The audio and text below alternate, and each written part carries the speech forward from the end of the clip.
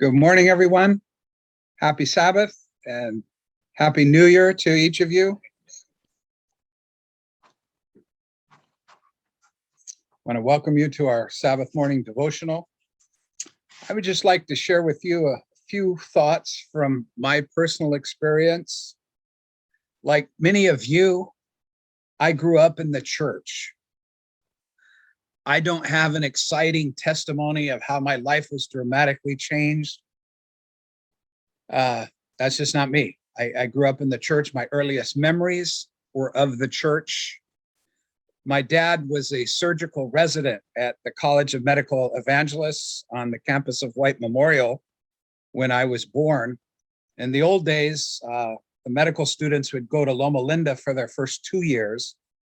And White Memorial was actually established as a opportunity for the medical students in their junior and senior years to get their clinical work because Loma Linda was so remote back in the day. So, talk about an unexciting story. My office at White Memorial Church is about 200 yards from the place I was born. So I haven't moved a whole lot in my life. My parents were from St. Louis, so they were country folk. And back in the day, White Memorial Church during its heyday was just way, way too big for what they were used to. My mom used to tell me that they had to leave Sabbath school early if they wanted to get a seat for church. Well, we don't have that problem today. Like Chick Hearn used to say, good seats still available. So my parents decided that the East LA church was much more to their liking, what they were more comfortable with. So I was actually dedicated as a baby in the East LA church. My dad, upon his graduation, started working the emergency room at the Downey Community Hospital. And so he started attending the Downey Church. My grandfather was actually a charter member of the Downey Church. And so I grew up in the Downey Church. The church was the very center of our lives. Everything we did revolved around the church.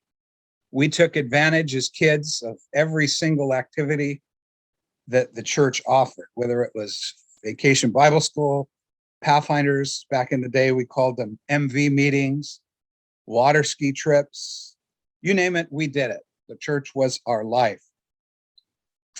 And as I look back on my experience, I feel fortunate to have grown up in the Downey Church when I did, because there were so many individuals that God placed in my life at just the right time. I'm also grateful for the opportunity that my parents gave me to receive an Adventist Christian education. First at Adventist Union School in Bellflower, later Newbury Park Academy and PUC. Again, God blessed me with outstanding mentors growing up. And my goal in youth ministry is pretty basic. I want to provide for the young people that I work with the same experiences and opportunities that I had growing up in the church, because that made a difference for me. One of my heroes growing up was Elder Ray James. Elder James was our youth director in Southern California Conference. And I remember at Camp Cedar Falls during summer camp, Elder James would always wear his Pathfinder uniform on Sabbaths. And so I started to bring my uniform to camp, and I would wear it on Sabbaths. The other kids would kind of snicker at me, but it's like, no, man, I want to be like Elder James. Elder James always sat at a certain place at a certain table in the cafeteria. And last summer, during summer camp, I sort of had a bit of an epiphany. One Sabbath morning, it just dawned on me that I was actually eating at the table where Elder James used to sit, and I was serving in his position as camp director. And I thought, wow, who would have ever thought, man, as a boy growing up, that someday I would be in that position. Not only did I grow up in this conference, but I've had the privilege of pastoring in my home conference. Linwood was my first church. Now, back in the day, as some of you may recall, Linwood was sort of a hub of Adventism. It was originally our conference camp meeting ground. Yes, we used to have an annual camp meeting at our campground in Linwood, where they'd actually camp in tents. In addition to the academy, Linwood Academy, which at one time was our major academy in this conference, and the Linwood Elementary School, the Linwood property also had an Adventist book center and the conference trucking, which was the moving vans and the storage on the back part of the property, as well as the Linwood Church. The Linwood Church was shared jointly between Linwood Academy and the Linwood Church congregation. And it was a really interesting facility. It had curtains, and back in the day, we used to show, for Pathfinders, we would show, because it was not a dedicated sanctuary, because it was a joint use, multi-purpose facility, we would show movies. That's how we used to make money for Pathfinders back in the day, before VCRs and cable and satellites and all of that. Linwood was also the site of our annual Pathfinder Fair. And except for the church, which is now a Sunday church, the Linwood property is now a public high school. And I'm always a little saddened when I drive down Imperial Highway, and the property, which was part of this conference for so many, many years, no longer belongs to the Adventist Church. I was actually assigned to the Linwood Church on 2 occasions. I started there as a task force worker, and after the seminary, excuse me, I was actually reassigned to the Linwood Church. We brought my son, Marcus, home with us after seminary. Jim Fell, who's the pastor of the Whittier Church now, he was my first senior pastor and my mentor. I met my wife at the Linwood Church. We were married there. My son was dedicated. So a lot of great memories. I could not have asked for a better landing spot out of college than the Linwood Church. Following Linwood, I spent 5 years at the Bellflower Church before coming to White Memorial. I had an opportunity to work briefly with Pastor Ross. I had known Pastor Ross as a kid growing up. Ross was a songwriter, among other things. And I remember he had a couple of songs that he wrote that were recorded by the Wedgwood Trio, which is a really big group, very influential group on me growing up, because they were one of the first groups to bring bluegrass instruments into the church, guitar, banjo, bass. And so I thought Ross was really cool. Let me tell you a funny story. My sister, who was also into songwriting, she had the biggest crush on Ross. Ross was a few years older than her when they were in academy. And years later, when I actually went to work with Ross at Bellflower, my sister swore me to secrecy. Do not mention anything about the past. And so I said, okay, I won't say anything. And then finally, Ross attended my father's funeral.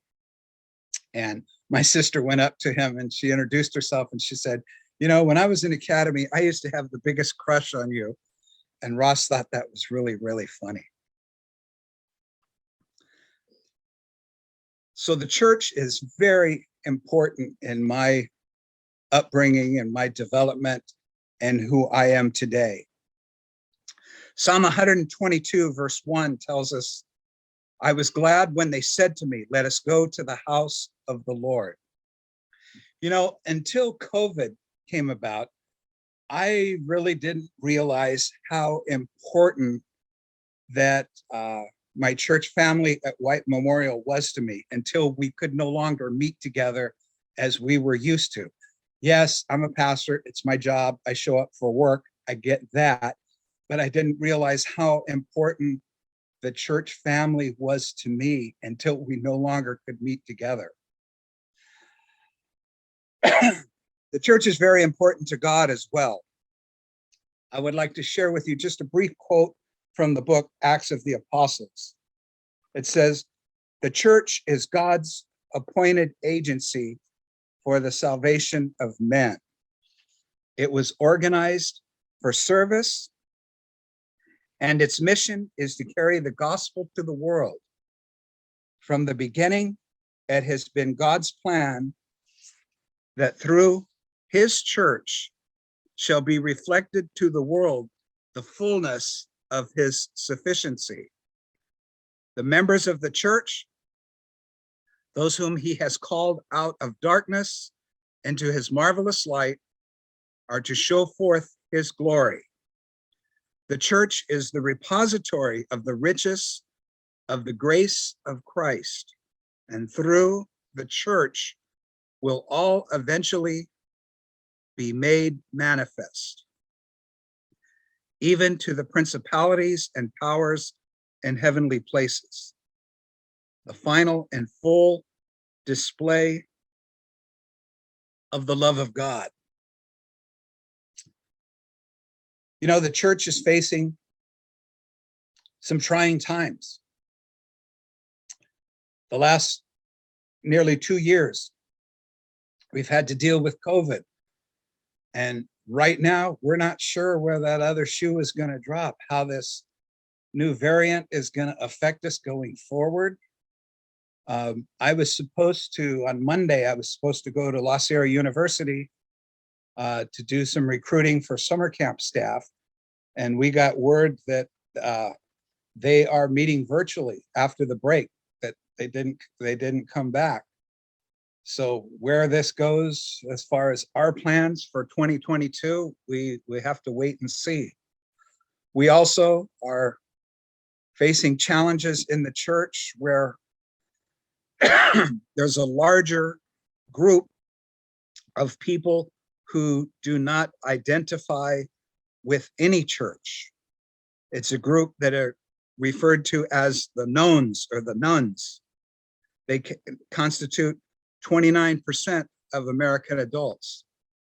So the church is facing some major challenges, but yet we need to remember that the church is still God's appointed agency for the salvation of man. We are in the business of church. That's what we do. And our Pathfinder ministry is to support the ministry of the church. And I believe that God still has an important work for us to do. One of the exciting things about working in this conference are the many ways that we do church. We have a variety of worship services, culture, worship style, music, languages. It's not one size fits all. And sometimes we need to reinvent ourselves while being true to our history and our tradition in an effort to reach out to our communities. The church is still God's appointed agency for the salvation of men. And as we begin this new year, I pray that God will bless us as we work together to fulfill his mission in his church, his appointed agency for the salvation of man.